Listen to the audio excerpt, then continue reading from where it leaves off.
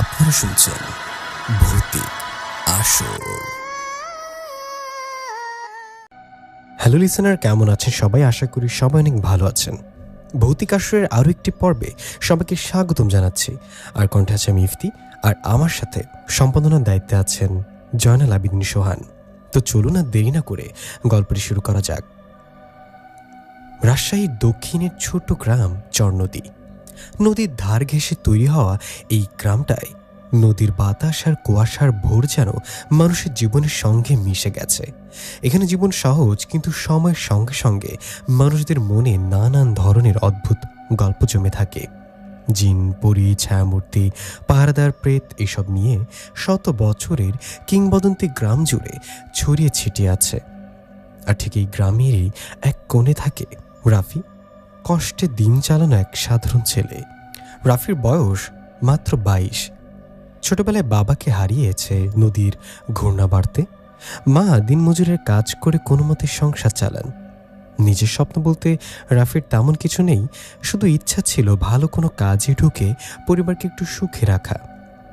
কিন্তু তার জীবনে যে অদ্ভুত এক রহস্য ঘুরপাক খাচ্ছে, সেটা সে কাউকে কখনো বলতে পারেনি। রাফি যতদিন মনে করতে পারে ততদিন ধরেই সে এক রহস্যময় নীল রঙের মেয়েকে স্বপ্নে দেখে আসছে। প্রথম দিকে সে ভাবতো এটা হয়তো কল্পনা, ছোটবেলার কেউ তাকে কোনো গল্প শুনিয়ে দিয়েছে, সেই থেকে মাথায় রয়ে গেছে, এমনটা সে নিজেকে বোঝাতো। কিন্তু বয়স বাড়ার সঙ্গে সঙ্গে সে স্বপ্নগুলো যেমন বেড়েছে তেমনি আরও বাস্তব হয়েছে। মেয়েটিকে সে কখনই স্পর্শ করতে পারে না, কিন্তু তার কাছে থাকতে পারে। মেয়েটির চারপাশে নীল আলো ঝিলমিল করে, আবার কখনো মনে হয় হাওয়ার মতো ভেসে যাচ্ছে। তার চোখে এমন একটা দুঃখ যেন পৃথিবীর সমস্ত যন্ত্রণা লুকিয়ে আছে তাতে। রাফি প্রতিবারেই স্বপ্ন থেকে উঠে আসে ধকধক করা হৃদয় নিয়ে। মাঝে মাঝে রাফি ভাবত স্বপ্নগুলো কি সত্যি কল্পনা, নাকি কোনো ইঙ্গিত। কিন্তু বাস্তব জীবনের দরিদ্রতার পরিশ্রম সে কল্পনাকে ভুলিয়ে দিত। দিনের শেষে ক্লান্ত শরীর নিয়ে রাফি শুধু ঘুমিয়ে পড়ত, কিন্তু ঘুমালে আসতো সেই নীলপরীর মুখ হাসি মাখা, কখনো আবার কান্না ভেজা চোখ। একদিন সন্ধ্যায় গ্রামের মোড়ের চায়ের দোকানে বসেছিল রাফি। সবাই নিজেদের মতো গল্প করছে। তখন গ্রামের বৃদ্ধা করিম কাকা বললেন, এই চরনদী গ্রামে আগে নাকি জিনপরি আসর বসত। পুরনো বটগাছের নিচে নাকি এক নীলপরি থাকতো, যে মাঝে মাঝে মানুষের সামনে আসতো, কিন্তু তার কপালে নাকি অভিশাপ ছিল। নীলপরির কথা শুনে রাফির বুক ধরফর করে উঠল। সে নিজের কাপে ধরা চা প্রায় ফেলে দিচ্ছিল, কিন্তু নিজেকে সামলে নিল। করিম কাকা বলতে থাকলেন, কেউ বলতো সে ভালো, কেউ বলতো সে বিপদ ডেকে আনে, তবে তার চোখ নাকি ঝিলমিল নীল রঙের ছিল, যেন নদীর তলায় লুকিয়ে থাকা আলো। রাফির গলা শুকিয়ে গেল। সে কিছু জিজ্ঞাসা করতে চাইলেও কথা বলতে পারল না। এতদিন পরে প্রথমবার বুঝতে পারল তার স্বপ্ন হয়তো গ্রামের সেই পুরনো কিংবদন্তির সঙ্গে মিলছে। সেদিন রাতে রাফি স্বপ্ন দেখল আগের চেয়েও ভয়ঙ্কর কিছু। সে দেখল নীল পোশাকের মেয়েটি তার দিকে হাত বাড়িয়ে সাহায্য চাইছে, আর পেছন থেকে একটা ভয়ঙ্কর ছায়া তাকে টেনে নিচ্ছে অন্ধকারে। মেয়েটির কণ্ঠ হাহাকার করে উঠল, রাফি, আমাকে বাঁচাও। চমকে উঠে বসে পড়ে রাফি। বুকের ভেতর যেন কেউ হাতুড়ি দিয়ে আঘাত করছে। তার শ্বাস দ্রুত চলছিল। সে জানত না কেন, কিন্তু মনে হচ্ছিল স্বপ্নটা একটা সতর্ক বার্তা, যেন মেয়েটি বাস্তবেই তাকে ডাকছে। ভোর হওয়ার সঙ্গে সঙ্গে রাফি সিদ্ধান্ত নিল আর নয়, তাকে সত্যটা জানতে হবে। স্বপ্ন, গল্প সব মিলেই কিছু তো আছে। তাই পরের দিন কাজ সেরেই সে রওনা হবে গ্রামের পাশের জঙ্গলে, যেখানে মানুষ প্রায় যায় না। কারণ অনেকেই বলে বনের ভেতরে রাতে নাকি নীল আলোর ঝলক দেখা যায়। পরদিন বিকেলে রাফি হাতে দা নিয়ে জঙ্গলের উদ্দেশ্যে বেরিয়ে পড়ে। মায়ের কাছে বলেছিল কাঠ কাটতে যাচ্ছে, কিন্তু সে জানতো আজ তার সামনে কিছু একটা ঘটতে চলেছে। তার হৃদয় ভয় আর উত্তেজনায় একসঙ্গে কাঁপছিল। বন যত গভীরে যেতে লাগলো, চারপাশ তত নিস্তব্ধ হয়ে উঠল। পাখিদের ডাকও যেন থেমে গেছে। হঠাৎ আকাশ জুড়ে ছড়িয়ে পড়ল নরম নীল আলো। রাফির হাঁটতে থেমে গেল। আলোটা ঠিক সামনে, কয়েক গজ দূরে, সঙ্গে হালকা কান্নার মতো শব্দ। গলা শুকিয়ে গেল তার, দা শক্ত করে ধরল, কিন্তু পা নিজের অজান্তেই সামনে এগোতে লাগলো।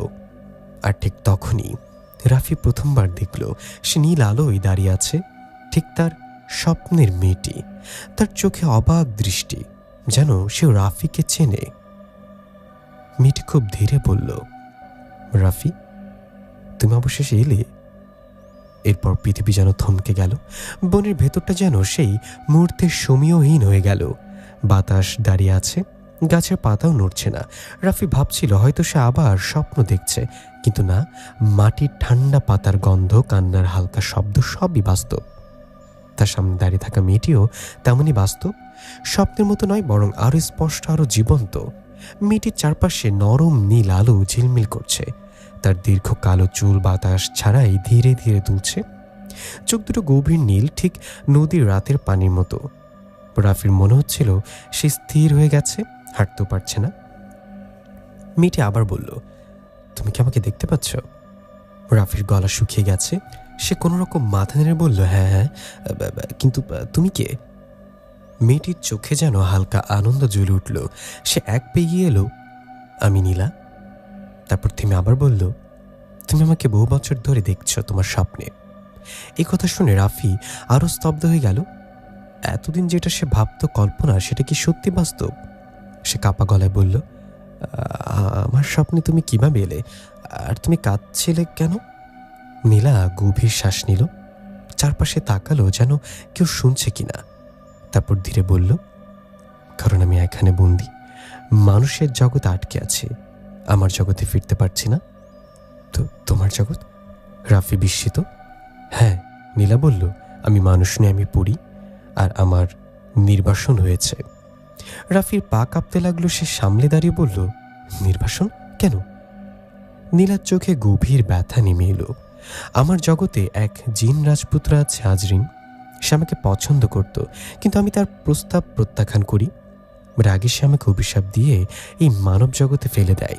সে অভিশাপ না ভাঙা পর্যন্ত আমি মুক্ত হতে পারবো না। রাফি অবিশ্বাসে বলল, তাহলে আমি স্বপ্নে তোমাকে কেন দেখি? নীলা কিছুক্ষণ চুপ করে থাকলো, তারপর বলল, কারণ আমি তোমাকে ডেকেছি। তোমার হৃদয় অন্য সবার মতো নয়। তুমি আমাকে দেখতে পারো, শুনতে পারো। আমার জগৎ আর তোমার জগতের মাঝে যে পথটা খুলে আছে, তার চাবি তুমি। রাফি হতবাক হয়ে দাঁড়িয়ে রইল। সে নিজেকে একজন সাধারণ মানুষ ভাবত, তাকে দিয়ে এরকম কিছু কিভাবে সম্ভব? নীলা ধীরে ধীরে এগিয়ে এসে রাফির চোখের দিকে তাকালো। আমি জানি তোমার ভয় লাগছে, কিন্তু আমার সময় খুবই কম। প্রতি পূর্ণিমায় আমার শক্তি কমে যায়। একদিন যদি পুরো শক্তি হারিয়ে ফেলি, আমি মরে যাব। রাফির বুকটা কেঁপে উঠল। তোমাকে মারা যেতে দেব না, সে অজান্তে বলে ফেলল। বলেই দম নিল। কি বলল সে? সে কিভাবে একজন পরীকে রক্ষা করবে? নীলা হালকা হাসলো প্রথমবার। তাই তুমি আমার কাছে এসেছ? তুমি না এলে আজ রাতেই আমি ধোয়ার মতো মিলিয়ে যেতাম। বনের ভেতর হঠাৎ ঠান্ডা হাওয়া বইতে শুরু করলো। পাখির অস্থির হয়ে ডাকতে লাগলো। চারপাশে পাতায় পাতায় এক অদ্ভুত শব্দ। নীলা ভয়ে রাফির হাত ধরল। চলো, আমাদের এখান থেকে বের হতে হবে। সে কাছে আসছে। কে? রাফি আতঙ্কিত। আজরিন, সে জানে আমি তোমার সঙ্গে কথা বলেছি। রাফি বলল, কিন্তু আমি তোমাকে কোথায় নিয়ে যাব? নীলা বলল, তোমার বাড়িতে। রাফি থমকে গেল। বাড়িতে? মা তো। তোমার মা আমাকে দেখতে পাবে না, শুধু তুমি পারো, নীলা বলল নরম স্বরে। এই কথা শুনে রাফি বুঝল মেয়েটির সত্যি পড়ি, নইলে এমন কথা সম্ভবই নয়। হঠাৎ দূর আকাশে বজ্রের মতো গর্জন হলো, সঙ্গে কালো ছায়া নড়ে উঠল বনের ভেতরে। নীলা রাফির হাত চেপে ধরল। চলো, দেরি করলে সে পৌঁছে যাবে। রাফি কোনো কিছু না ভেবেই দৌড়াতে শুরু করলো। নীলা তার পাশে ভেসে ভেসে চলছিল। পেছনে কালো ছায়া যেন তাদের অনুসরণ করছে। বাতাস শীতল হয়ে উঠছে, পাতায় পাতায় অদ্ভুত ঝড়ের মতো শব্দ। অবশেষে তারা বনের বাইরে এসে গ্রামের পথ ধরে দৌড়াতে দৌড়াতে রাফির বাড়িতে পৌঁছালো। দরজা খুলে রাফি দ্রুত ভেতরে ঢুকলো। নীলা দরজার ভেতর দিয়ে স্রেফ বাতাসের মতো ভেসে ঢুকে পড়ল। ভেতরে ঢুকে রাফি হাঁপাতে হাঁপাতে বলল, এখন তুমি নিরাপদ তো? নীলা শান্তভাবে বলল, হয়তো, কিন্তু আজরিন থামবে না। তুমি আমাকে লুকিয়ে রাখতে হবে তোমাকে। রাফি গভীর নিঃশ্বাস নিল। তার সাধারণ জীবনে যে এত বড় ঝড় এসে যাবে সেটা সে কোনোদিন ভাবেনি, কিন্তু তার সামনে দাঁড়ানো মেয়েটিকে সে দেখে বুঝল এটা শুধু স্বপ্ন বা গল্প নয়, এটা সত্যি। বাইরে আবার গর্জে উঠল সেই কালো কণ্ঠ, নীলা, তুমি আমার হাত থেকে পালাতে পারবে না। রাফির শরীর কাঁপতে লাগলো। নীলা তার দিকে তাকিয়ে বলল, এই যুদ্ধে তুমি একা নও, আমরা একসঙ্গে লড়ব। রাত গভীর। রাফির ঘরের জানলা দিয়ে হালকা বাতাস ঢুকছে, কিন্তু সেই বাতাসে অদ্ভুত ঠান্ডা, যেন কারো নিঃশ্বাস ভেসে আসছে দূরের অন্ধকার থেকে। রাফি দরজা বন্ধ করে দেয়। মা ঘুমিয়ে পড়েছে, কিন্তু ঘরের কোনায় দাঁড়িয়ে থাকা নীলার চোখের উদ্বেগ স্পষ্ট। রাফি প্রথমবার ঠিকভাবে তাকালো তার দিকে, যেন স্বপ্ন থেকে বেরিয়ে বাস্তবতার সামনে দাঁড়িয়ে আছে। তোমার অভিশাপটা ঠিক কেমন? রাফি জিজ্ঞাসা করল। নীলা কিছুক্ষণ চুপ করে থাকলো, তারপর খুব ধীরে মেঝেতে বসে পড়ল। চারপাশে নীল আলো ক্ষীণ হয়ে আসছে। মনে হলো সে ক্লান্ত। আজরিন আমাকে ভালোবাসতে চাইতো, কিন্তু তার সেই ভালোবাসা ছিল অধিকার বোধের মতো। আমি রাজি না হওয়ায় সে রেগে যায়। সে অন্ধকার জাদুর জিন, তার ক্ষমতা অনেক। সে আমার ডানা ভেঙে দেয়, শক্তি কেটে দেয়, আর আমাকে এই মানব জগতে নিক্ষেপ করে দেয়। রাফির চোখ বড় হয়ে গেল। ডানা? তোমাদের কি সত্যি ডানা থাকে? নীলা মৃদু হেসে বলল, হ্যাঁ থাকতো, এখন শুধু চিহ্ন আছে, শক্তি কমে গেছে, তে মানুষের মতো হাঁটতে হয়। আমার জাদু পুরোপুরি নিয়ন্ত্রণে নেই। রাফি বুঝতে পারল নীলার মধ্যে একটা গভীর যন্ত্রণা আছে। তার চোখে যেন অদ্ভুত শূন্যতা। তোমার স্বপ্নে আসা, সেটা কি তুমি করেছিলে? নীলা মাথা নেড়ে বলল, হ্যাঁ। তোমাদের জগৎ আর আমাদের জগতের মাঝে খুব পাতলা এক রাস্তায় তুমি দাঁড়িয়ে আছো। তুমি আমার ডাক শুনতে পারো। প্রথমবার যখন ডেকেছিলাম তখন তুমি ছোট, তোমার মন পরিষ্কার ছিল বলে তুমি আমাকে দেখতে পেরেছিলে। রাফি বিস্মিত। তার মনে হতে লাগলো এত বছর ধরে যে স্বপ্ন তাকে তাড়িয়ে বেরিয়েছে সেটা কোনো কল্পনা ছিল না। কিন্তু তুমি আমাকে কেন ডেকেছিলে?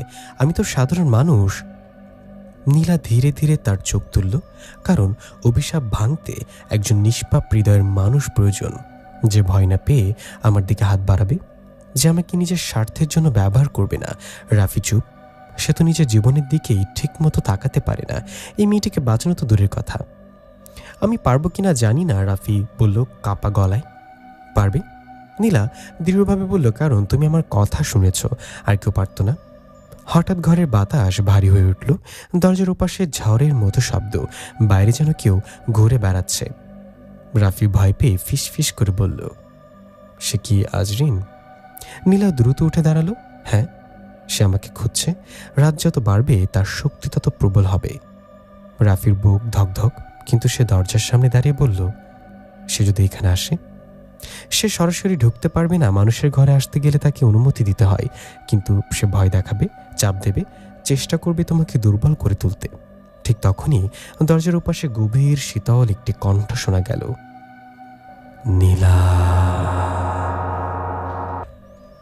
তুমি লুকাতে পারবে না। তোমার নিষ্পাপ মানুষটাকে আমি দেখে নিয়েছি। সে দুর্বল, ভীতু, তাকে দিয়ে কিছুই হবে না। রাফির আর ঠান্ডা হয়ে গেল। তার মনে হলো বুকের ভেতর সব সাহস শুকিয়ে যাচ্ছে। কিন্তু নীলা তার হাত ধরে নরম কিন্তু দৃঢ় কণ্ঠে বলল, শুনবে না। ভয় দেখানোই তার শক্তি। ছায়ার মতো কণ্ঠ আবার বলল, তুমি ফিরে এসো, না হলে এই মানুষটার জীবন আমি নরকে পরিণত করব। রাফি দাঁত চেপে বলল, এটা আমার বাড়ি, আমি কাউকে ভেতরে ঢুকতে দেব না। হঠাৎ নীলা রাফির সামনে দাঁড়িয়ে হাত তুলল। তার হাত থেকে নীল আলো বেরিয়ে এসে দরজাটির উপরে ছড়িয়ে পড়ল, যেন এক অদৃশ্য পর্দা তৈরি হলো দরজার ওপরে। আজরিনের কণ্ঠ সঙ্গে সঙ্গে কেঁপে উঠল, তুমি তুমি শক্তি ফিরে পাচ্ছ নীলা? নীলা চোখ বন্ধ করে বলল, রাফি কাছে থাকলে আমি শক্তি পাই। সে যত চেষ্টাই করুক, সে দেয়াল ভাঙতে পারবে না। বাইরে গর্জন থেমে গেল। এক বীভৎস হাসি আরেকবার শোনা গেল। ঠিক আছে, আমি যাব, কিন্তু মনে রেখো, পূর্ণিমায় সে আমাকে থামাতে পারবে না। শীতল নিস্তব্ধতা থেমে এলো। রাফি গভীর শ্বাস নিল। নীলা ধীরে ধীরে বসে পড়ল, ক্লান্ত কিন্তু চোখের সামান্য তৃপ্তি। একটা রাত পার হলো, কিন্তু সামনে আরো বড় ঝড় আসছে। রাফি জিজ্ঞাসা করল, অভিশাপ ভাঙবে কিভাবে? নীলা তার চোখে তাকিয়ে বলল, মানুষের সাহস, পরীর অশ্রু আর পবিত্র দোয়ার শক্তি মিললে আজরিনকে পরাস্ত করা সম্ভব, কিন্তু এখনও দুটো জিনিস আমাদের নেই। রাফি বিস্ময় নিয়ে বলল, কোন দুটো? নীলা ধীরে বলল, তোমার হৃদয়ের নিশ্চিত সুরক্ষা আর একজন মানুষ যে আমাদের সাহায্য করবে। রাফি তখনও বুঝতে পারিনি যে এই দুইটা জিনিস খুঁজতে গিয়ে তাদের সামনে কত বিপদ, কত নাটক আর কত অনুভূতির জন্ম হবে। রাতটা ছিল অস্বাভাবিক শান্ত। চারিদিকে এক ধরনের অদৃশ্য চাপা উত্তেজনা, যেন গ্রামের বাতাসে কিছু একটা আসছে যা মানুষ দেখতে পারে না কিন্তু অনুভব করতে পারে। দিনের ঘটনার পর কবিরাজ আসিম উদ্দিন নিজেও বুঝতে পারছিলেন পরিস্থিতি সাধারণ নয়। মেহেদি রাতে তার ঘরে আলো নিভিয়ে বিছানায় শুয়েছিল। দিনের রহস্যময় ঘটনা, বিশেষ করে জয়ী মেয়েটির অদ্ভুত ক্ষমতা তার মনে ঘুরে নাচছিল। মেয়েটির চোখ যেন গভীর কূপের মতো, যেখানে তাকালে নিজেরই প্রতিচ্ছবিতে হারিয়ে যেতে থাকে। ঠিক তখনই হালকা ঝড়ো বাতাসের মতো কিছু একটা তার ঘরের দরজা খুলে অল্প খুলে দেয়। মেয়েটি চমকে উঠে বলল, কে? উত্তর এলো না, শুধু পর্দাটা দুলে উঠল, যেন কেউ ভেতরে ঢুকলো। ধপ, কাঁথার উপর যেন হালকা কারোর ছায়া বসে পড়ল। এরপর এক মৃদু সুবাস, রজনীগন্ধার কেমন যেন ঠান্ডা ধোয়ার মতো গন্ধ। তারপর মেয়েটির সেই পরিচিত কণ্ঠ, ভয় পেও না, আমি। মেয়েদের স্তব্ধ। জুই ধীরে ধীরে অন্ধকারে যেন একটা রূপ তৈরি হলো। আলো নেই, তবুও তাকে দেখা যায়, যেন অন্ধকারই তার শরীরের চারপাশে চকচক করে আলো দিচ্ছে। জুই মৃদু হেসে বলল, আজ তোমার সাথে দেখা করতেই হলো, অনেক কিছু বলার আছে। মেয়েদের গলা শুকিয়ে গেল। তুমি মানুষ নও, ঠিক? জুই কিছুক্ষণ চুপ করে রইল। তার চুল বাতাসে দুলছিল, অথচ বাইরে বাতাসই নেই। তার চোখ দুটো এক মুহূর্তের জন্য হালকা নীল আলোয় জ্বলে উঠল। না, আমি পুরোপুরি মানুষ নই, কিন্তু মানুষকেও ঘৃণা করি না। তুমি তাহলে জিন? জুই হাসলো। আমার মা ছিল মানুষের জাতি, আর বাবার দিকটা তুমি বুঝে গেছো। মেহেদির বুক কেঁপে উঠল। অর্ধ মানব আর অর্ধেক জিন? সে আগে শুধু গল্পে শুনেছে এরকম কাহিনী। যে একটু এগিয়ে এসে ফিসফিস করে বলল, তুমি আজ বনে যে জিনিস দেখলে তা তুমি দেখার কথা ছিল না। তোমাকে বাঁচাতে আমার কিছু করা লাগবে। মেহেদি ভয় পেয়ে জিজ্ঞাসা করল, কিসের থেকে বাঁচাতে? জুই তার দিকে তাকিয়ে বলল, জিনেদের দুই জাত আছে, নুরিদের বংশ আর শায়াবানের বংশ। আমি নুরি বংশের মেয়ে, কিন্তু বনটার গভীরে যাদের দেখলে তারা শায়াবানের। তারা মানুষকে পছন্দ করে না। তুমি তাদের এলাকা দেখেছ, এখন তারা তোমাকে নজর রেখেছে। মেহেদির পিঠে ঠান্ডা ঘাম। আমার বাবা মা, তারা কি বিপদে? জুই মাথা নেড়ে বলল, তোমার পরিবার এখনো নিরাপদ, কিন্তু তুমি যতক্ষণ কাছে আছো বিপদ তোমাদের দিকে ধীরে ধীরে এগোবে। মেহেদি কাঁপা কণ্ঠে বলল, তাহলে তুমি কি চাও? জুই একটু লজ্জা পেল, তবে স্থির গলায় বলল, তোমাকে রক্ষা করতে হলে আমাকে কাছে থাকতে হবে, কারণ শাইবান বংশ আমাকে ভয় পায় না, কিন্তু আমাকে আঘাত করতে চাইলে তারা নিয়ম ভেঙে ফেলে। আর আমি তোমাকে আমার সুরক্ষার নিচে রাখলে তারা সরাসরি কিছু করতে পারবে না। মেয়েদের ভেতরে সেই থেকেই যেন হঠাৎ সাহস জন্মালো। তুমি কি এই জন্য এসেছ? শুধু সুরক্ষার জন্য? জুইয়ের চোখে অন্য আলো দেখল। এই আলো ভয় নয়, স্নেহের মতো, কিংবা তারও বেশি কিছু। না, মেয়েদের আরেকটা কারণ আছে। কি কারণ?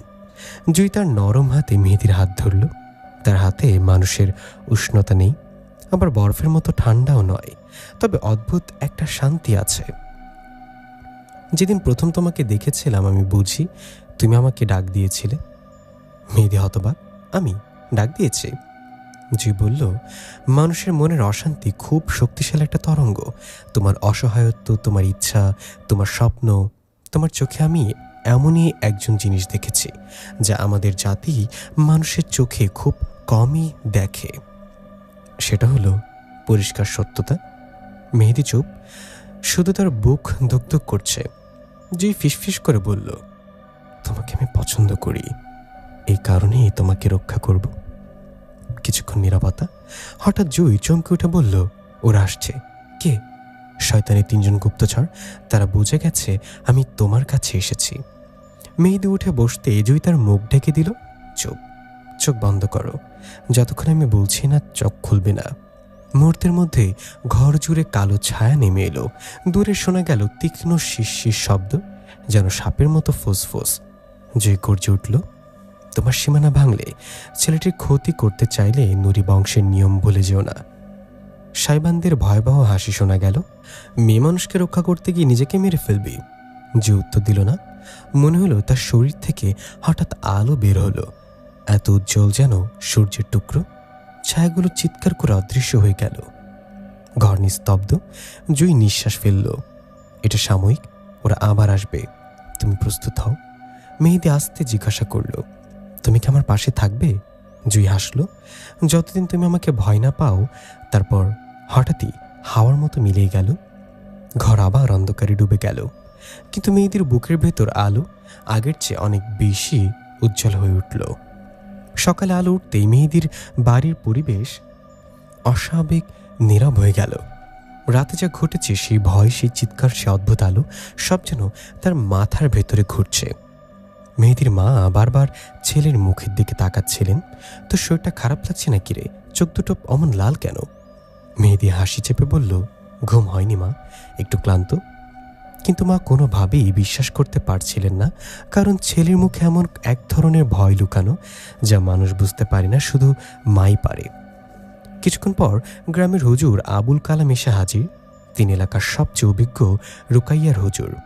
তার চোখে তীক্ষ্ণ দৃষ্টি দেখলে ভালো মানুষও বুক কাঁপে। হুজুর বসে বললেন, গতরাতে তোমার বাড়ির আকাশের ওপর দিয়ে কালো ছায়া গেছে। মেহেদি চমকে উঠল। মা ভয়ে কাঁপা গলায় বললেন, হুজুর আমরা তো কিছুই দেখি নাই। হুজুর বললেন, সবাই দেখতে পায় না, সাইবান বংশের ছায়া ওটা, তারা সাধারণ মানুষের সামনে আসে না। কিন্তু তারা কিছু খুঁজছিল বা কাউকে। মেয়েদের হৃৎপিণ্ডের ধরপড় বেড়ে গেল। হুজুর তার মুখের দিকে তাকিয়ে জিজ্ঞাসা করলেন, তুই কি কোনো অদ্ভুত কিছু দেখেছিস? সত্য করে বল। মেয়েদের দ্বিধায় পড়ে গেল। জুই তাকে বলেছিল সবকিছু কাউকে না বলতে, কিন্তু হুজুরের সামনে মনে হচ্ছিল সত্য না বলে থাকা কঠিন।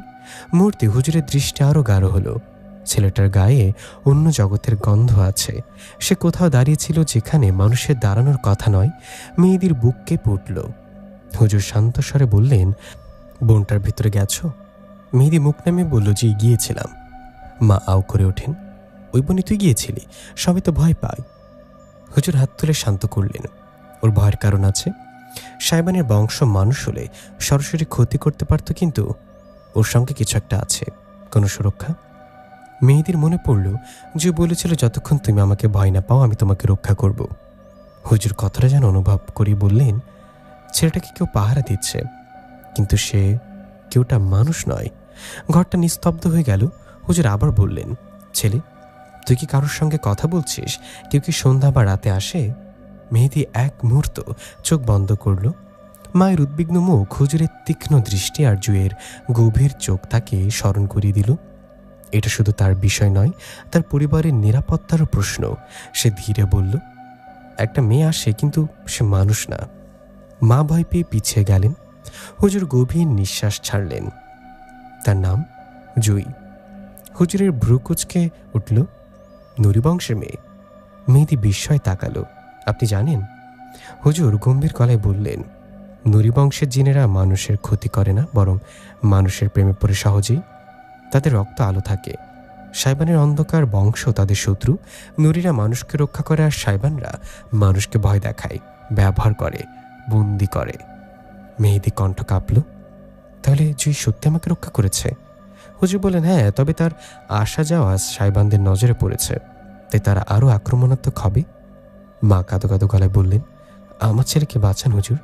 হুজুর বললেন, আমি একা পারবো না। নুরি বংশের মেয়েটিকে আমার দরবারে আনতে হবে। সে যদি তোমাকে সুরক্ষার পথ দেখায়, তবেই সাইবানরা তোমার উপর হামলা করতে পারবে না। মেহেদি চমকে উঠল। জুই কি আসবে এখানে? হুজুর বললেন, সে আসবে যদি তোমাকে সত্যি ভালোবাসে, কারণ শুধু ভয় বা দায়িত্ব দিয়ে কেউ নিজের বংশকে বিপদে ফেলে না। কথাটা বলে মেয়েদের বুকের ভিতর কেমন যেন আলো জ্বলে উঠল। তাহলে যে সত্যি তাকে ভালোবাসে। হুজুর কথা শেষ করে দরজার দিকে এগিয়ে গেলেন। আজ রাতে ওকে ডেকে আনো, যেভাবেই হোক, কারণ কালকের ভেতরে ব্যবস্থা না নিলে সাইবানদের ছায়া তোমার ঘরই ঢুকে পড়বে। মেহেদি মাথা নিচু করে দাঁড়িয়ে রইল। মা ফিসফিস করে বললেন, মেহেদি ওই মেয়েটা আসবে তো? মেহেদি ধীরে ধীরে বলল, আমি জানি না মা, কিন্তু আশা আছে। রাত নামলে বোনটার দিকে থেকে হালকা নীল আলো দেখা গেল। মেহেদির মনে হলো জুই আসছে, কিন্তু হুজুরের নির্দেশ অনুযায়ী তাকে আজ একটা সিদ্ধান্ত নিতে হবে। দরজার সামনে দাঁড়িয়ে এসে অপেক্ষা করল। দূরে বাতাস বইছে, আর অন্ধকার থেকে ভেসে এলো সেই পরিচিত কণ্ঠ, মেহেদি তুমি আমাকে ডাকছো? রাতের আকাশটা অদ্ভুত অস্থির ছিল। মেয়েদের বাড়ির চারিদিকে যেন অন্ধকার একটু বেশি ঘন হয়ে দাঁড়িয়ে আছে। ঘরের সবাই ইতোমধ্যে ঘুমিয়ে পড়েছে, কিন্তু মেহেদির চোখে ঘুম নেই। হুজুরের কথা বুকের মধ্যে কেউ ঢেউ তুলছিল। আজ রাতেই ওই মেয়েটিকে ডেকে আনো, সত্য জানতে হবে। মেহেদি জানালার সামনে দাঁড়িয়েছিল। হঠাৎ বাতাসের হালকা ঝাপটায় তার শরীর শিহরিত হয়ে উঠল। অন্ধকারের দিক থেকে ভেসে এলো মৃদু শব্দ, পাতা দুলে ওঠার মতো। তারপর পরিচিত সেই কণ্ঠ, মেহেদি, তুমি আমাকে ডাকছ? মেহেদি ঘুরে তাকালে দেখল জুই তার সামনে দাঁড়িয়ে। আজ তার চোখে আলো কিছুটা কম, মুখেও ক্লান্তির ছাপ। জুই, তুমি ঠিক আছো তো? জুই হাসলো, কিন্তু সে হাসি আগের মতো উজ্জ্বল নয়। সাহেবানরা আমাকে অনুসরণ করছিল, তোমার কাছে পৌঁছাতে কষ্ট হলো। মেহেদি গভীর শ্বাস নিল। জুই, তোমাকে কিছু বলতে হবে। জুই এগিয়ে এসে তার সামনে দাঁড়ালো। তোমার ভয় পাচ্ছি মেহেদি। তোমার চোখে এমন প্রশ্ন যা আজকে আগে দেখিনি কখনো। জুই, তুমি কি আমাকে সত্যি রক্ষা করতে পারবে? মুহূর্তেই জুইয়ের চোখ ঝিলমিল করে উঠল। তুমি কেন এমন প্রশ্ন করছো? মেহেদি নিচু স্বরে বলল, হুজুর বলেছেন যদি তুমি আমাকে রক্ষা করতে চাও তাহলে তোমাকে তার কাছে যেতে হবে। তিনি তোমার কাছে থেকে সুরক্ষার শপথ নিতে চান। এই কথা শুনতেই জুই স্তব্ধ হয়ে গেল। তার শরীরের চারপাশে হালকা কুয়াশা আর একটু গাঢ় হলো। মানুষের হুজুর আমার উপর শপথ চাইছে? মেহেদি ধীরে বলল, তিনি বলেছেন তোমাকে বিশ্বাস করতে হলে এটা দরকার। জুই মাথা নিচু করল। তার কণ্ঠে কেমন যেন ব্যথা। তুমি আমাকে বিশ্বাস করো না মেহেদি? মেহেদি এক ধাপ কাছে গেল। আমি তোমাকে বিশ্বাস করি, কিন্তু আমার পরিবার বিপদে। আমি চাই তুমি নিরাপদে থাকো, আমরাও থাকি। জুই চোখ তুলে তাকালো। তার চোখে নীল আলো লুকিয়ে থাকা কান্নার মতো লাগছিল। তোমরা মানুষ সবসময় প্রমাণ চাও। আমরা যা করি, যা দিই তা তোমাদের কাছে যথেষ্ট হয় না। মেহেদি বলল, আমি তোমাকে সন্দেহ করতে চাই না, কিন্তু সাইবানরা আমার উপর হামলা করতে পারে। তোমার কাছে রাখলে তারা বাধা পাবে, এটা তুমি নিজেই বলেছিলে। জুই চুপ। তার চারপাশের বাতাস হঠাৎ ঠান্ডা হয়ে গেল। হঠাৎ সে বলল, আমি হুজুরের কাছে যেতে পারি, কিন্তু এতে আমার বংশকে ঝুঁকিতে ফেলতে হবে। সাহেবানরা যদি জেনে যায় আমি মানবের সামনে শপথ নিচ্ছি, তবে তারা আমার উপর আক্রমণ করবে, এমনকি আমাকে বন্দি করতেও পারবে। মেহেদি হতবাক। তুমি বিপদে পড়বে? জুই মাথা নাড়ল। নুরি বংশ মানুষকে ভালোবাসে, কিন্তু তাদের নিয়ম কঠিন। আমরা মানুষের সামনে পুরো শক্তি দেখাতে পারি না, আর সাইবানরা সুযোগ খুঁজছে আমাকে ফাঁদে ফেলতে।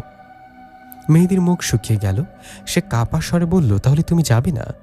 যে কয়েক মুহূর্ত নীরব রইল, তারপর ধীরে ধীরে মেহেদির হাত ধরল। মেহেদি, তুমি যদি সত্যি আমাকে চাও, যদি আমার উপর ভরসা থাকে, তাহলে আমাকে মানুষের সামনে পরীক্ষা দিতে হবে। আমি তোমার হুজুর কাছে যাব। মেহেদির শ্বাস বন্ধ হয়ে এলো। সত্যি? জুই মাথা নেড়ে বলল, হ্যাঁ, কারণ তুমি প্রথম মানুষ যাকে আমি ভয় পাই না, আর প্রথম মানুষ যার জন্য আমার হৃদয় দুর্বল হয়ে যায়। এই কথাটা বলার সময় জুইয়ের গল হালকা নীল আলোয় জ্বলে উঠল। এমনটা সাধারণত জিনদের ক্ষেত্রে ঘটে না। এটা যারা মানুষকে সত্যি হৃদয়ের গভীর থেকে পছন্দ করে তাদের কাছে দেখা যায়। মেহেদির বুক কেঁপে উঠল। তাহলে চলো হুজুরের কাছে যাই। জুই এক মুহূর্ত তার হাত শক্ত করে ধরল। এখনই? হুজুর অপেক্ষা আছেন। জুই চারিদিকে তাকালো।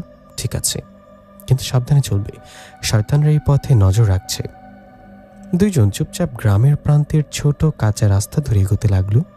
চাঁদের আলোয় তাদের ছায়া লম্বা হয়ে পড়ছিল। হুজুরের সামনের ঘরে পৌঁছাতেই তারা দুজন অনুভব করল আশেপাশে বাতাস ভারী হয়ে আছে। হুজুর দরজা খুলে দাঁড়ালেন। তার চোখ দুটো জুইয়ের দিকে স্থির হয়ে গেল। তুই এসেছিস, নুরি বংশের মেয়ে? জুই হালকা নত হলো। আমি শপথ দিতে এসেছি। হুজুর বললেন, শপথ দেওয়ার আগে তোমাকে সত্যিকারের আলো পরীক্ষা পার করতে হবে। প্রস্তুত? মেহেদি জুইয়ের হাত শক্ত করে ধরল। যে বলল, আমি প্রস্তুত, কারণ আজ আমি শুধু তার জন্য এসেছি। হুজুর দরজা খুলে বললেন, তাহলে ভেতরে এসো, সত্য আজ প্রকাশ পাবে। হুজুরের ঘরে পা রাখতেই মনে হলো যেন অন্য কোনো মাত্রায় ঢুকে পড়েছে ঘরে তারা। ঘরের চার কোণে দপদপ করে চলছে চারটি মাটির প্রদীপ। আলো খুব কম, কিন্তু অনুভূতি গা শিউরে ওঠার মতো। মেহেদির হাতটা এখনো জুইয়ের হাতে। সে অনুভব করলো মেহেদি একটু কাঁপছে। জুই মমতার সাথে ফিসফিস করে বলল, ভয় পেও না, তুমি আমার কাছে নিরাপদ। হুজুর তাদের দুজনকে মাঝখানে দাঁড় করালেন। তার মুখের গাম্ভীর্য আরো গভীর হয়ে উঠল। নুরি বংশ অনেক শক্তিশালী, কিন্তু সাইবানেরা ধূর্ত। আমি নিশ্চিত হতে চাই তুমি সত্যি এই ছেলেকে রক্ষা করতে এসছো কিনা, মানুষকে ব্যবহার করতে আসনি তো। জয়ী শান্ত স্বরে বলল, আমি কখনো কাউকে ব্যবহার করি না, বিশেষ করে তাকে।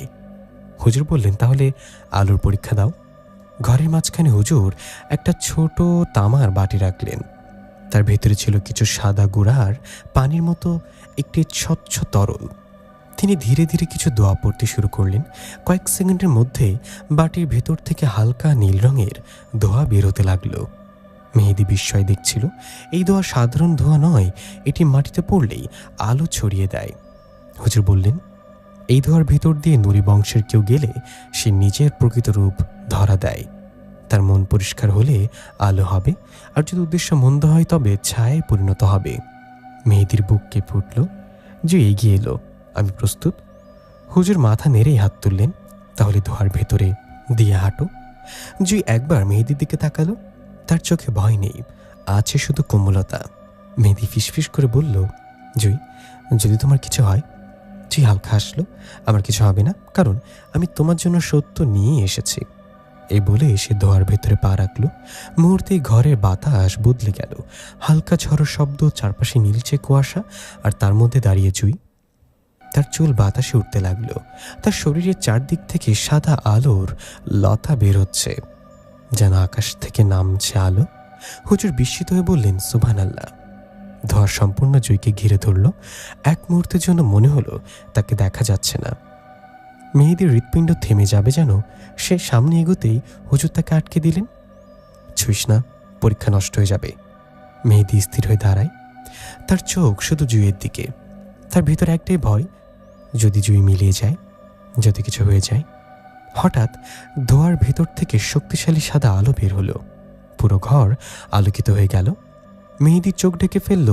আলো কমে এলে দেখা গেল জুই ঠিক মাঝখানে দাঁড়িয়ে, আর তার শরীর থেকে বের হচ্ছে সাদা নীল আলো। তার পায়ের নিচে ছায়ার বদলে আলো জমেছে। তার চোখে অদ্ভুত শান্তি। হুজুর অবাক হয়ে বললেন, এটি নুরি বংশের সবচেয়ে পবিত্র আলো। সে সত্যিই তোমাকে রক্ষা করতে এসেছে, কোনো মন্দ ইচ্ছা নেই। মেহেদির গলা কেঁপে উঠল। জুই। জুই ধীরে ধীরে মেহেদির দিকে এগিয়ে এলো। তার চোখে আনন্দ আর একটু ক্লান্তিরও মিশ্র রং। সে মেহেদির হাত ধরে বলল, দেখলে, তোমার জন্য আমি সত্যিকারের রূপ দেখলাম। এই আলো শুধুই তাদের জন্য আসে যাদের কাছে আমার মন সত্য। মেহেদির স্বপ্নের মতো তাকিয়ে রইল। তার হাতের ভেতরে জুইয়ের হাতে যেন হালকা উষ্ণতা ফিরে এসেছে। হুজুর বললেন, তোমরা এখন নিরাপদ নও। সাইবান বংশে এই আলোর উপস্থিতি টের পেয়ে যাবে। তারা এখন আরও আক্রমণাত্মক হবে। জুই মাথা নেড়ে বলল, আমি জানি ওরা এখনই আসতে পারে। হুজুর মুখ গম্ভীর হয়ে গেল। তাহলে দ্রুত পরীক্ষা নিতে হবে। আমি ছেলেটাকে তাবিজ দেব, আর তুমি ওর উপর পাহারা দিয়ে রাখতে হবে। যে বলে, আমি আজকে রাত থেকে পাহারা দেব। মেহেদি বলল, জুই, তুমি কি এই রাতটা আমার সাথে থাকবে? যে একটু লাজুকভাবে আসলো। তার চোখের নিচে আলো নেচে উঠল। আমি তোমার পাশে থাকবো যতক্ষণ তুমি আমাকে দূরে না ঠেলো। হুজুর বললেন, তাহলে আজ থেকে তার জীবন তোমার হাতে। জুই মেহেদির হাত শক্ত করে ধরল। আমি প্রতিশ্রুতি দিলাম, কেউ তোমাকে ছুঁতে পারবে না। ঠিক তখনই হঠাৎ ঘরের বাইরে এসে ভেসে এলো শীতল কণ্ঠস্বর। তাহলে শুরু হলো খেলা। নুরির মেয়ে। জুই চোখ মুখ কঠিন হয়ে বলল, ওরা এসেছে। অন্ধকারের ছায়া ধীরে ধীরে দরজার কাছে জমতে লাগলো। রাত তখন গভীর। চারপাশে অদ্ভুত নীরবতা, যেন পুরো জঙ্গল ঘুমিয়ে আছে। রাফিয়া লাইলা একসাথে বসে আছে পুরনো শিকড়ওয়ালা বট গাছের নিচে।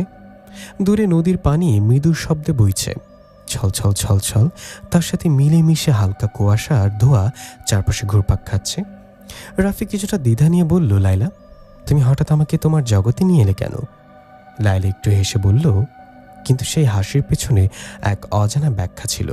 কারণ তুমি এখন সত্যিটা জানার জন্য প্রস্তুত। রাফি বিস্মিত, সত্যি? কোন সত্যি? লাইলা রাফির হাত দুটো আলতো করে ধরে বলল, তুমি শুধু একজন সাধারণ মানুষ নও রাফি। তোমার ভেতরে এমন রক্ত বয়ে চলছে যা 100 বছর ধরে ঘুমিয়েছিল, আর সে রক্তই তোমাকে আমার কাছে টেনে এনেছে। রাফি হতবাক হয়ে যায়, মানে আমার মধ্যে কি আছে? আমি তো সাধারণ গ্রামের ছেলে। লাইলা একটু দূরে তাকিয়ে বলে, তোমার নানার বংশে একজন মানুষ ছিলেন যিনি একজন শক্তিশালী সাদা জিনের সাথে বন্ধুত্ব করেছিলেন। সে জিন তোমার নানা রক্তধারার একটি রক্তকারী শক্তি গিয়েছিল, তাই তোমাকে আমি প্রথম দেখার পরে অনুভব করেছি তুমি সাধারণ কেউ নয়। রাফি গভীর শ্বাস নেয়। তাহলে তুমি প্রথম দিনে বুঝেছিলে?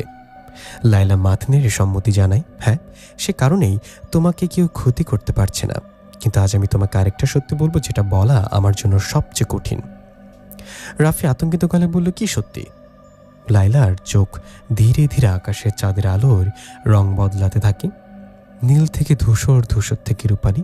সে ধীরে বলল, আমি শুধু জিন বা পরী নই রাফি, আমি হলাম দুই জগতের সংমিশ্রণ, অর্ধেক জিন অর্ধেক পরী। রাফির মুখ শুকিয়ে যায়। তাহলে তুমি?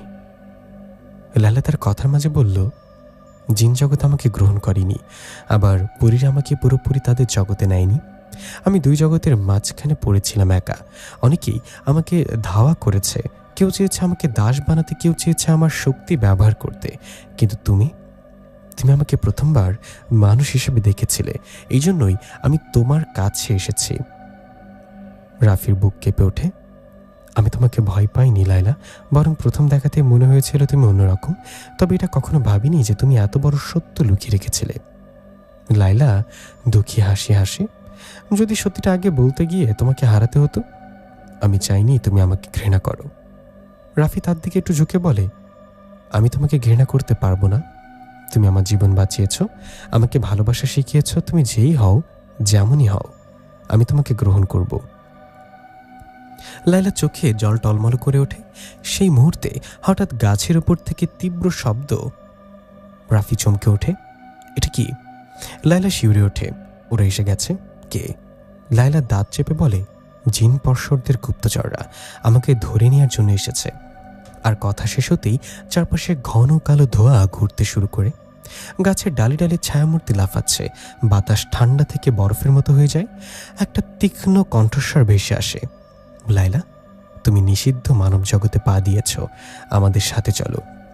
রাফি তার সামনে দাঁড়িয়ে যায়। তুমি কাউকে লায়লাকে ছুতে দেবে না। একই সাথে আকাশ ফেটে গিয়ে সাদা আলো নেমে আসে। লায়লা বিস্মিত হয়ে ফিসফিস করে, এটা তোমার রক্তের শক্তি জেগে উঠেছে। কিন্তু জিন গুপ্তচররা আর সময় নষ্ট করে না। তারা ঝড়ের গতিতে রাফির দিকে ছুটে আসে। লায়লা চিৎকার করে, রাফি সাবধান! আলো আর অন্ধকারের সংঘর্ষে চারপাশ কেঁপে ওঠে। এই যুদ্ধে প্রথমবারের মতো রাফির আসল শক্তি প্রকাশ পেতে যাচ্ছে।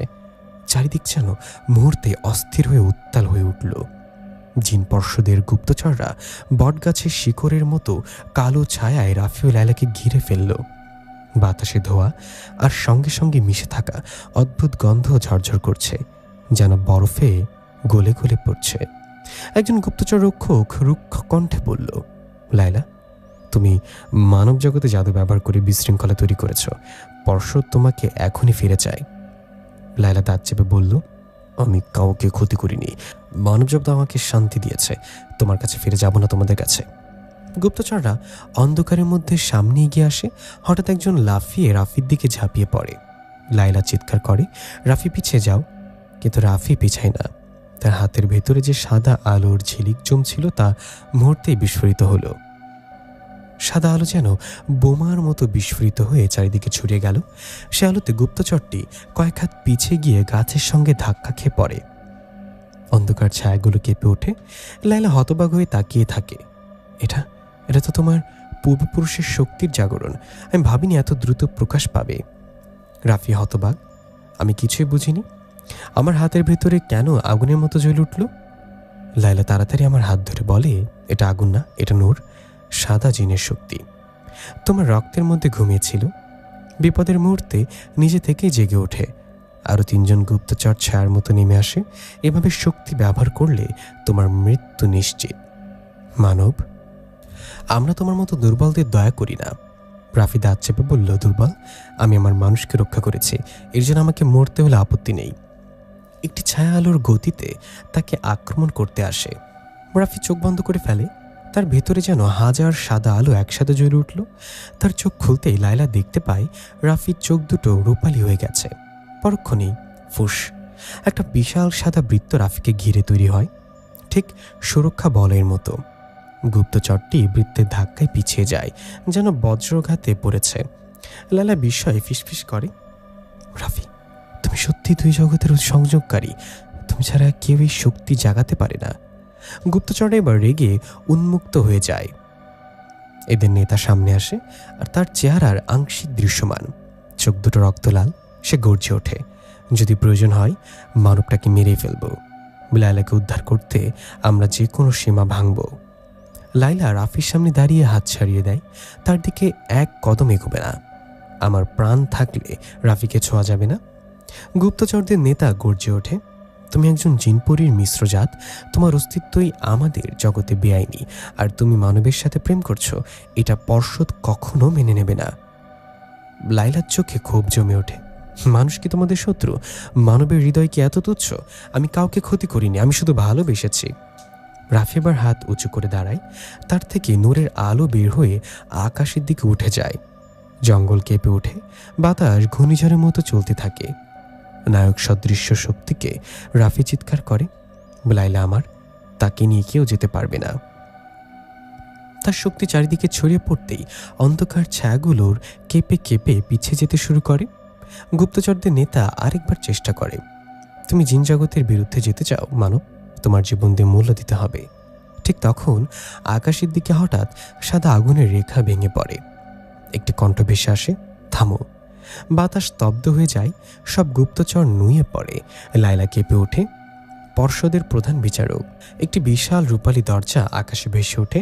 দরজা খুলে এক প্রাচীন শক্তিশালী সত্তা বেরিয়ে আসে, তার চোখে হাজার বছরের জ্ঞান। সে রাফির দিকে তাকায়, তোমাকে পরীক্ষা করতে হবে মানব। লায়লাকে পেতে হলে 3টি ধাপ পার হতে হবে, ব্যর্থ হলে তোমাদের প্রেম শেষ। রাফির বুক কেঁপে ওঠে, লায়লার মুখ সাদা। এটা তাদের সম্পর্কের প্রথম বড় পরীক্ষা। আকাশে ভাসমান সেই রূপালী দরজা আর তার সামনে দাঁড়ানো মহান সত্তাটিকে দেখে চারপাশের জঙ্গল নিস্তব্ধ হয়ে গেল। বাতাস যেন থমকে দাঁড়ালো। লায়লা ধীরে ধীরে রাফির হাত চেপে ধরে ফিসফিস করে বলল, তিনি পর্ষদের প্রধান বিচারক আল হাকিম। তার সামনে জিনপরি কেউ মাথা উঁচু করে দাঁড়ায় না। রাফি বিস্মিত হয়ে তাকিয়ে থাকে। আল হাকিমের চোখ দুটো গভীর সমুদ্রের ছায়া ফেলে, কণ্ঠস্বর বর্জ্যের মতো, রাফি, মানবজাতির সন্তান, তুমি কি জানো তুমি যার জন্য লড়ছো সে দুই জগতে অবাঞ্ছিত। জিন জগৎ তাকে ভয় করে আর পরীরা তাকে অশুভ মনে করে, তবুও তুমি তাকে ভালোবাসো। রাফি একটু না কাঁপিয়ে বলল, হ্যাঁ, লায়লা যদি ভুল হয় তবে আমি সেই ভুলকে বুকে নিয়ে সারা জীবন হাঁটতে প্রস্তুত। লায়লার চোখ ভিজে ওঠে, কিন্তু বিচারকের মুখে কোনো আবেগ নেই। ভালো, কিন্তু ভালোবাসা কেবল কথা নয়, প্রমাণের বিষয়। লায়লাকে পেতে হলে তোমাকে 3টি পরীক্ষা পার করতে হবে। লায়লা ব্যাকুল হয়ে গিয়ে এলো, আল হাকিম, না, তাকে পরীক্ষায় ফেলে কোনো লাভ নেই, সে মানুষ। এই শক্তিগুলোর ভয়াবহতা তুমি জানো। বিচারক ঠান্ডা কণ্ঠে বলল, সে যদি সত্যি তোমাকে ভালোবাসে তাকে প্রমাণ করতেই হবে, এবং যদি ব্যর্থ হয় তুমি চিরদিনের জন্য আমাদের জগতে বন্দী থাকবে। লায়লার নিঃশ্বাস যেন আটকে গেল। না, রাফিকে নয়, আমাকে নাও। চুপ। বর্জ্যের মতো গজরে ওঠে আল হাকিম। রাফি আর সহ্য করতে পারে না, সে সামনে এসে বলে, আমি পরীক্ষা দেব, জীবন গেলেও দেব। লায়লাকে হারানোর চেয়ে মৃত্যুই ভালো। আকাশে বর্জ্যের মতো কম্পন ছড়িয়ে পড়ে। বিচারকের চোখে প্রথমবারের মতো বিস্ময়ের ঝলক দেখা যায়। মানুষ, তুমি মানুষ কিভাবে স্বাগত জানালে? যাকে ভালোবাসে সে মৃত্যুকেও ভয় পায় না। আল হাকিম 3 আঙুল আকাশের দিকে তুলতেই রূপালী আলো 3 ভাগে ভাগ হয়ে গেল। পরীক্ষা 1, নিজের ভয়কে জয় করা। প্রথম পরীক্ষায় তুমি প্রবেশ করবে ভয়ের গোলক ধাঁধায়, যেখানে নিজের গভীরতম ভয় নিজেকে আক্রমণ করবে। যদি ভয় তোমাকে গ্রাস করে তুমি মরে যাবে কিংবা পাগল হয়ে যাবে। রাফি গভীর শ্বাস নেয়। লায়লা ভয় পেয়ে তার হাত ধরে। তুমি পারবে না রাফি, তোমার মধ্যে এত বড় শক্তি নেই এখনো। রাফি তার চোখে তাকিয়ে শান্ত গলায় বলল, তুমি আছো, এটাই যথেষ্ট। পরীক্ষা 2, সত্যর শপথ। বিচারক বলল, দ্বিতীয় পরীক্ষায় তুমি মুখোমুখি হবে নিজের হৃদয়ের। তুমি যাকে লুকিয়ে রেখেছ, যা বা যার কথা মিথ্যা বলেছ, সব কিছু প্রকাশ হবে। একটি মিথ্যা তোমাকে ধ্বংস করবে। লায়লা কোমল গলায় বলল, রাফি, এই পরীক্ষা খুবই বিপজ্জনক, কারণ নিজের সত্যের মুখোমুখি হওয়া সবচেয়ে কষ্টের। রাফি মাথা নেড়ে বলল, আমি প্রস্তুত। পরীক্ষা 3, ভালোবাসার উৎসর্গ। বিচারকের চোখ কঠিন হয়ে ওঠে। শেষ পরীক্ষায় তোমাকে লায়লার জন্য এমন কিছু উৎসর্গ করতে হবে যা তোমার কাছে সবচেয়ে প্রিয়, সবচেয়ে মূল্যবান, যা ছাড়া তোমার জীবন অন্ধকার হয়ে যাবে। লায়লা আতঙ্কিত, না, এই পরীক্ষা মানুষের জন্য নয়।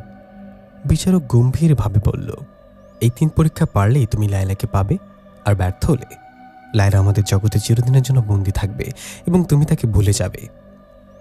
রাফির চোখে বেদনা, দৃঢ়তা সব মিলেমিশে আগুন হয়ে ওঠে। সে গর্জে বলে, আমি সব পরীক্ষা দেব। লায়লাকে কোনো জগতেই আমার কাছ থেকে ছিনিয়ে নিতে পারবে না। আল হাকিম 3 বার হাত বাজালেন।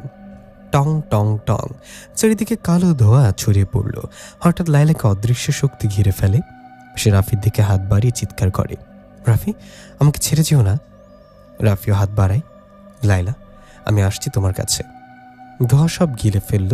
পরক্ষণে রাফি নিজেকে দেখতে পেল এক বিশাল অন্ধকার জগতে, যেখানে একটিমাত্র দরজায় লেখা, ভয়ের গোলক ধাঁধা, পরীক্ষা 1। এখন শুরু তার জীবন মরণের যাত্রা। লায়লার জন্য, তাদের নিষিদ্ধ প্রেমের জন্য। অন্ধকারে দাঁড়িয়ে রাফির মনে হলো তার চারপাশে বাতাসও যেন তাকে গিলে খেতে চাইছে। একটি দরজা কালো লোহার তৈরি তার সামনে দাঁড়িয়ে আছে। দরজার উপরে আগুনের মতো লাল অক্ষরে লেখা, পরীক্ষা 1, ভয়ের গোলক ধাঁধা, এখানে তুমি তোমাকেই হারাতে পারো।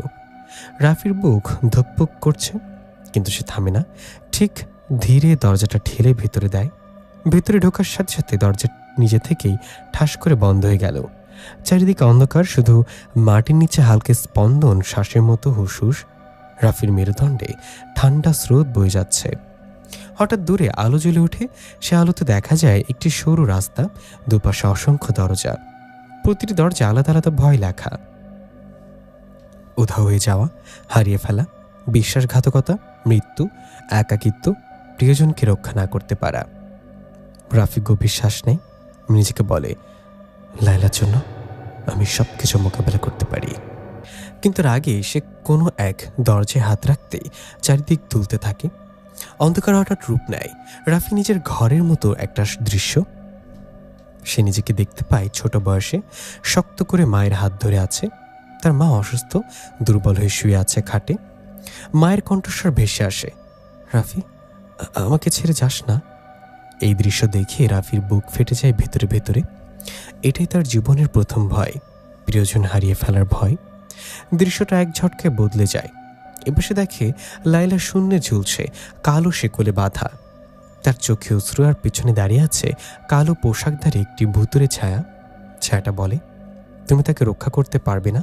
তুমি মানুষ, তোমার শক্তি নগণ্য, তোমার সামনে সবাই মরবে। রাফি দাঁত চেপে চিৎকার করে, চুপ, তাকে কেউ কিচ্ছু ছুঁতে পারবে না। সে চোখ বন্ধ করে শক্তি জড়ো করে।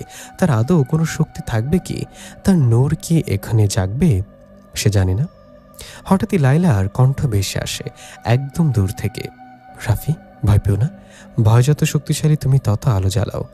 রাফি চোখ খোলে। তার হাতের ভিতর আবার সাদা আলো জ্বলে ওঠে, হালকা কিন্তু শক্তিশালী। সে ছায়াটার দিকে হাত তোলে। আলো ছুটে যায় ধূমকেতুর মতো। ছায়াটা চিৎকার করে মিলিয়ে যায়। লায়লার বিভ্রম ভেঙে যায়।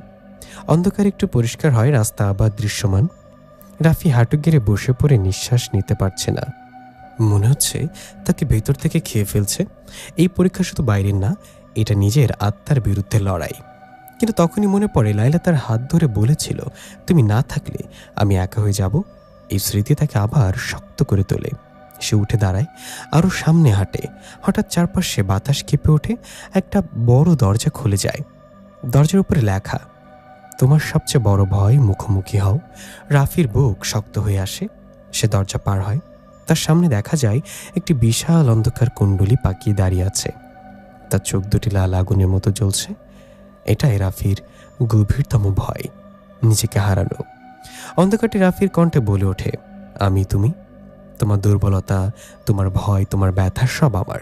লায়লাকে রক্ষা করতে পারবে না, আর যদি চেষ্টা করো তুমি নিজেই ধ্বংস হবে। রাফি এক চুলও পিছায় না। সে চিৎকার করে ওঠে, আমি ভয় না, আমি আলো। লায়লা আমার শক্তি। তার শরীর থেকে তীব্র নূর বেরিয়ে আসে, কালো কুণ্ডলীর দিকে ধেয়ে যায়। দুজনের সংঘর্ষে চারিদিকে কাঁপতে থাকে। জঙ্গল, আকাশ, বাতাস সব যেন ভেঙে পড়েছে। শেষ মুহূর্তে রাফি গর্জে ওঠে, লায়লার জন্য আমি সব ভয় জ্বালিয়ে দেব। এক বিস্ফোরণে অন্ধকারটি ছিটকে পড়ে, চিৎকার করে মিলিয়ে যায়। চোখ খুলতে রাফি নিজেকে একটি পরিষ্কার আলোকিত ঘরে পায়। একটি রূপালী চিহ্ন তার সামনে ভাসছে। একটি কণ্ঠ ভেসে আসে, পরীক্ষা 1 সম্পূর্ণ। রাফি মাটিতে বসে গভীর শ্বাস নেয়, তার চোখে ভয়ের বদলে দৃঢ়তা। এখন সে প্রস্তুত পরবর্তী পরীক্ষার জন্য। সত্য শপথ। ভয়ের গোলকধাঁধা থেকে বের হয়ে আসতেই চারপাশের পরিবেশ সম্পূর্ণ বদলে গেল। রাফি দাঁড়িয়ে আছে এক বিশাল সাদা প্রাসাদের সামনে। প্রাসাদের দেয়ালগুলো কাচের মতো স্বচ্ছ, যেন ভেতরকার সব সত্য লুকিয়ে থাকলেও দেখা যায় না, শুধু অনুভব করা যায়। আকাশের মৃদু কণ্ঠস্বর ভেসে আসে, পরীক্ষা 2 সত্য শপথ। সাথে সাথে প্রাসাদের দরজা নিজে থেকেই খুলে গেল। একটি আলোর পথ ভেতর দিকে এগিয়ে আছে। রাফি ধীরে ধীরে প্রবেশ করল। ভেতরে ঢুকে সে দেখতে পেল ঠিক মাঝখানে একটি গোলকার কক্ষ। মেঝেতে অদ্ভুত প্রতীক আঁকা, দুটি চোখ, একটি হৃদয় ভাঙা অর্ধেক, আর অর্ধেক একটা আগুনের শিখা। কক্ষের শেষে দাঁড়িয়ে আছে আল হাকিমের একটি ছায়ারূপ। রাফিকে দেখে সে বলল, তোমাকে আজ নিজের হৃদয়ের সত্যর সামনে দাঁড়াতে হবে মানব। এখানে অসত্যতা ছায়াও দেখতে পারে না, আর মিথ্যোচ্চারণ করলেই সাথে সাথে তোমার শক্তি ভেঙে যাবে। রাফি গম্ভীর স্বরে বলল, আমি মিথ্যা বলবো না। আল হাকিমের ছায়াটি বলল, এই কক্ষে তোমার স্মৃতিকে জীবন্ত করে তুলবে। সেসব তুমি কথা কখনো কাউকে বলনি। যেসব ব্যথা তুমি লুকিয়ে রেখেছ, সেসব সত্য তুমি ভয় পেয়ে দূরে ঠেলে দিয়েছ, সব সামনে দাঁড়িয়ে যাবে। এবং তুমি যদি পালাতে চাও, তুমি এখানে আটকে যাবে চিরদিনের জন্য। রাফির বুকের ভেতর যেন একটা চাপা আতঙ্ক উঠল, কিন্তু সে নিজের মনকে শক্ত করল। হঠাৎ কক্ষের মাঝখানে মাটির প্রতীকগুলো আলোকিত হতে শুরু করলো। আলোর ভিতর থেকে ধীরে ধীরে একজন মানুষের রূপ ফুটে উঠল। রাফি চমকে উঠল, এটা তার বাবা। বাবা দাঁড়িয়ে আছে সেই পুরনো নীল পাঞ্জাবি পরে, সেই মুখ যা রাফি খুব ছোট থাকতে শেষবার দেখেছিল। রাফির চোখে জল ভরে ওঠে। বাবার মুখে কোনো হাসি নেই, তিনি শুধু বলেন, তো সবসময় ভেবেছিলাম আমি তোকে ফেলে চলে গেছি, এই সত্যি তোকে আজও দহন করে। রাফির গলা শুকিয়ে আসে। সে ফিসফিস করে বলে, হ্যাঁ, আমি ভেবেছিলাম তুমি আমাদের ছেড়ে চলে গিয়েছিলে। আমার মনে হতো তুমি আমাকে ভালোবাসতে না। বাবার চোখে ব্যথা ফুটে ওঠে। সত্যিটা জানিস, আমি তোকে ছেড়ে যাইনি, আমাকে নিয়তি চিনিয়ে নিয়েছে। জিনের আক্রমণে আমি অকালেই চলে গিয়েছিলাম। রাফি হাঁটুতে বসে পড়ে, আমি এটা জানতাম না। বাবার ছায়া ধীরে মিলিয়ে যায়। তারপরে আবার আরেকটি রূপ ফুটে ওঠে। এবার তার মা। মায়ের চোখ ভেজা, গলা কাঁপা। রাফি, তুই কি সত্যি আমাকে ক্ষমা করেছিস? আমি তোকে কখনোই যথেষ্ট সময় দিতে পারিনি। তোর ভয়, তোর ব্যথা আমি বুঝতে পারিনি। রাফির চোখ আবার জলে ভরে ওঠে। সে মায়ের দিকে হাত বাড়িয়ে বলে, মা, আমি কখনো রাগ করিনি, আমি তোমাকে ভালোবেসেছি সবসময়। মায়ের রূপ আলো হয়ে গেল, গলে যায়, চারপাশে অন্ধকার হয়ে যায়। তারপর আবার আলো ফেটে পড়ে।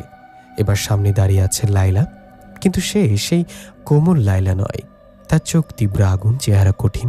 সে বলে, রাফি, তুমি কি সত্যি আমাকে ভালোবাসো, নাকি আমি তোমার জীবনের শূন্যতা পূরণ করার জন্য আসা এক আশ্চর্য? তুমি কি আমার জিনপুরি রূপটা মেনে নিতে পারবে সবসময়? রাফির গলা কেঁপে ওঠে। এটা সেই সত্য যার মুখোমুখি সে নিজেও কখনো হয়তো হয়নি। হয়তো গভীরে কোথাও একটা প্রশ্ন ছিল, সে কি সত্যি লায়লাকে ভালোবাসে, নাকি শুধু তার রহস্যময় জগতের প্রতি আকর্ষণ? লায়লা এগিয়ে এসে বলে, তোমার হৃদয় সত্য বলবে রাফি। যদি তুমি সত্য গ্রহণ করো, আমি তোমার হব চিরদিনের জন্য। যদি তুমি মিথ্যা বলো, তুমি আমাকে হারাবে চিরতরে। রাফি চোখ বন্ধ করে গভীর শ্বাস নেয়। তার হৃদয় কাঁপছে। এই সত্যটা তাকে ছিঁড়ে ফেলেছে ভেতর থেকে। সে চোখ খুলে লায়লার দিকে তাকায়, চোখে জল কিন্তু দৃঢ়তা। লায়লা, আমি তোমাকে রহস্য বলে ভালোবাসিনি। তোমার শক্তি, তোমার সৌন্দর্য, তোমার জাদু এসব নয়। আমি তোমাকে ভালোবেসেছি কারণ তুমি আমাকে একাকিত্ব থেকে টেনে তুলেছ। আমি তোমার সঙ্গ চেয়েছি, তোমার হৃদয় চেয়েছি। হ্যাঁ, আমি ভয় পেয়েছি কখনো কখনো, কিন্তু আজ আমি সত্যিটা বলছি। আমি তোমাকে চাই যেভাবে তুমি আছো, অর্ধেক জিন অর্ধেক পরি, সবকিছু নিয়ে। লায়লার চোখে জল গড়িয়ে পড়ে। সে ধীরে ধীরে হাসে, একটি উজ্জ্বল, প্রশান্ত, কোমল হাসি। চারপাশে আলো বিস্ফোরিত হয়, কণ্ঠস্বর ভেসে আসে, সত্য গ্রহণ করা হয়েছে। পরীক্ষা 2 সম্পূর্ণ। রাফির সামনে পথ খুলে যায়। এখন তাকে অপেক্ষা করছে সবচেয়ে ভয়ঙ্কর, সবচেয়ে নিষ্ঠুর পরীক্ষা।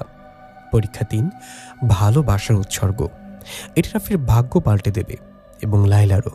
রাত তখন অনেক গভীর, চারপাশে এমন নীরবতা যেন কেউ শ্বাস নিলেও শব্দ হবে। আর সেই নীরবতার মাঝে আরাফাত দাঁড়িয়ে আছে পরিরাজ্য সীমানায় এক অদ্ভুত ধোঁয়াটে নীল আলোয় ভাসমান বিশাল এক তরণের সামনে। মনে হচ্ছে তরণটা মানুষের চোখে নেই, শুধু বিশেষ শক্তিধর প্রাণীরাই দেখতে পায়। পরি রূপা তার হাত শক্ত করে ধরে আছে, কিন্তু তার হাত কাঁপছে। রূপা প্রথমবার এত উত্তেজিত দেখাচ্ছে না। একটু পথ আসার পর সে বুঝতে পারছে সামনে যা আছে তা সাধারণ কোনো দরজা নয়, বরং পুরো জগতের ভাগ্য বদলে দেওয়ার দ্বার। আরাফাত, রূপা আসতে বলল, একবার ভেবে দেখো, এই দরজা পেরোলে আর তোমার মানব জগৎ থাকবে না। আমার রাজ্য, আমার আইন এবং আমার শত্রুরা সব কিছু তোমার মোকাবেলা করতে হবে। আরাফাত গভীর শ্বাস নিল। তোমার জন্য আমি সব পারবো, সে বলল দৃঢ় চোখে।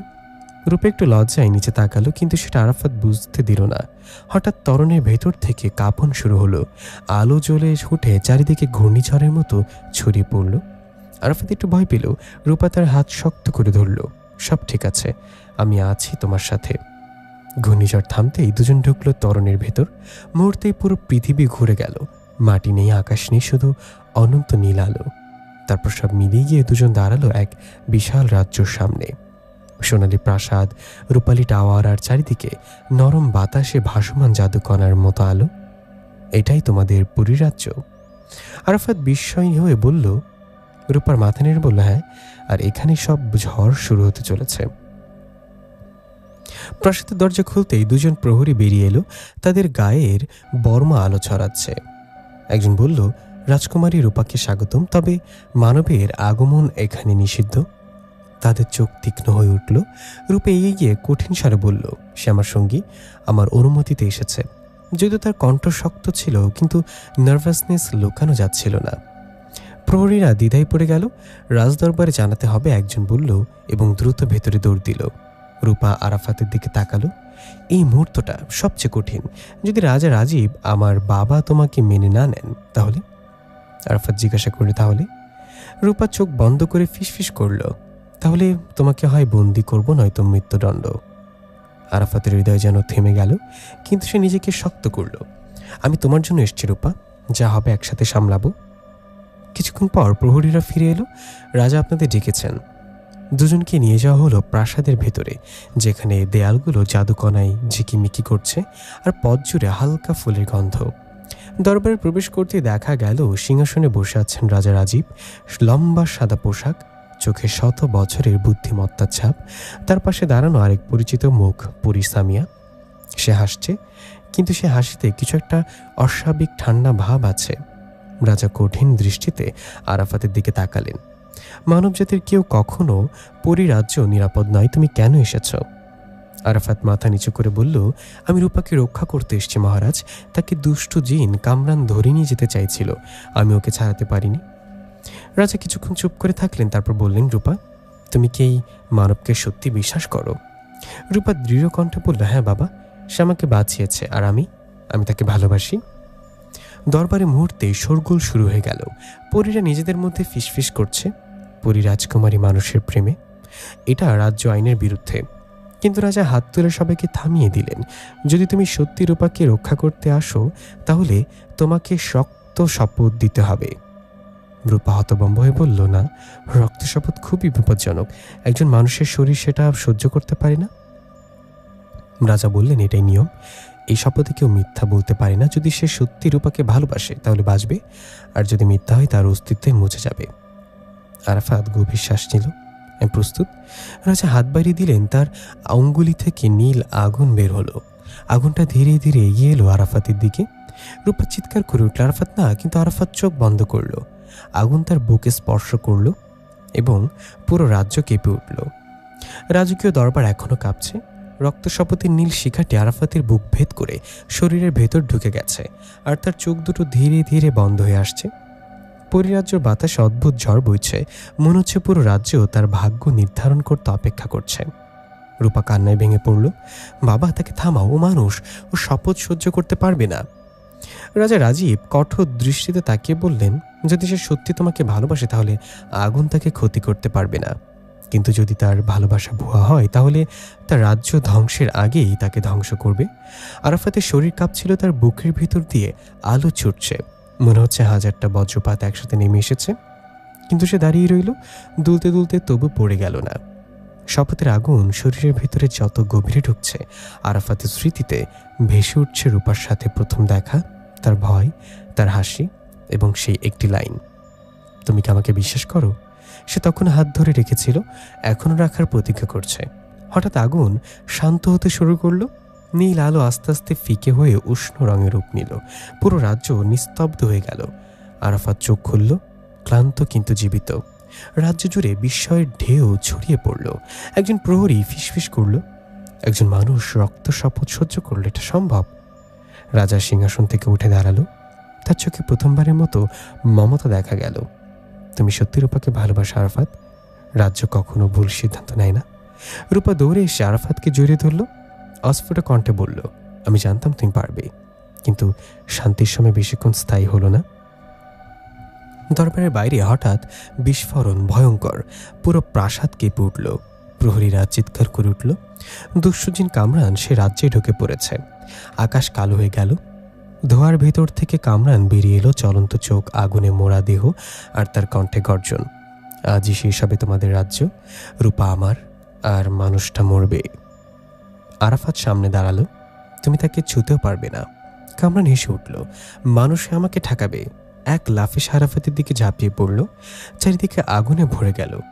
রূপা চিৎকার করল, আরাফাত সাবধান! কিন্তু ঠিক তখনই আরাফাতের শরীরে রক্ত শপথের আগুন আবার জ্বলে উঠল, এবার তার নিজের শক্তি হিসেবে। সে হাত তুলে দাঁড়ালো, আর নীল আগুনের ঢেউ ছুটে গেল কামরানের দিকে। কামরান আঘাত পেয়ে পিছিয়ে গেল, তার চোখে অবিশ্বাস। তার শরীরে পরিদের শক্তি কেন? কামরান গর্জে উঠল। রাজা বললেন, রক্ত শপথ তাকে বেছে নিয়েছে, সে এখন রাজ্য রক্ষক। কামরান আরেকবার আক্রমণ করলো, কিন্তু এবার আরাফাত তাকে থামিয়ে দিল। দুইজনের শক্তির সংঘর্ষে আকাশ ফেটে যাওয়ার মতো শব্দ হলো, আগুন ছড়িয়ে গেল চারিদিকে। কিন্তু শেষ পর্যন্ত আরাফাতের নীল আলো কামরানের আলো আগুনকে ভেদ করল। এক চিৎকারে কামরান ভেঙে পড়ল, তার দেহ ধীরে ধীরে ধোঁয়ায় মিলিয়ে গেল। পরিরাজ্য রক্ষা পেল, সবাই নিঃশ্বাস ফেলে দাঁড়িয়ে রইল। রাজা ধীরে ধীরে বললেন, আরাফাত, আজ থেকে তুমি শুধু একজন মানুষ নও, তুমি আমাদের রাজ্যের অভিভাবক। রূপা হাসল, চোখে জল, কিন্তু সেটা আনন্দের। তাহলে আমরা একসাথে থাকতে পারবো? রাজা মাথা নেড়ে অনুমতি দিলেন, হ্যাঁ রূপা আমার কন্যা, আর তুমি তার যোগ্য সঙ্গী। আরাফাত রূপার হাত ধরে বলল, চলো এক নতুন জীবন শুরু করি, মানুষের পরীর পৃথিবী মিলিয়ে। রূপা মাথা এলিয়ে তার কাঁধে মাথা রাখল। আকাশে তখন আলো ঝলমল করছে, শান্তির আলো, ভালোবাসার আলো। সেদিন পরিরাজ্যে প্রথমবার এক মানবকে বরণ করল, আর রূপা প্রথমবার নিজের ভালোবাসাকে পেল স্থায়ী আশ্রয়। আরাফাত বলল, শেষ হলো না, আমাদের গল্প এখনই শুরু। প্রিয় লিসেনার, গল্পটি কেমন লাগলো অবশ্যই আমাদেরকে কমেন্ট করে জানাবেন। আর এরকম ধরনের আরও গল্প পেতে হলে আমাদের চ্যানেলটি সাবস্ক্রাইব করে আমাদের পাশেই থাকবেন। দেখা হবে পরবর্তী কোনো গল্পে। সেই সাথে সবাই ভালো থাকবেন, সুস্থ থাকবেন। আল্লাহ হাফেজ।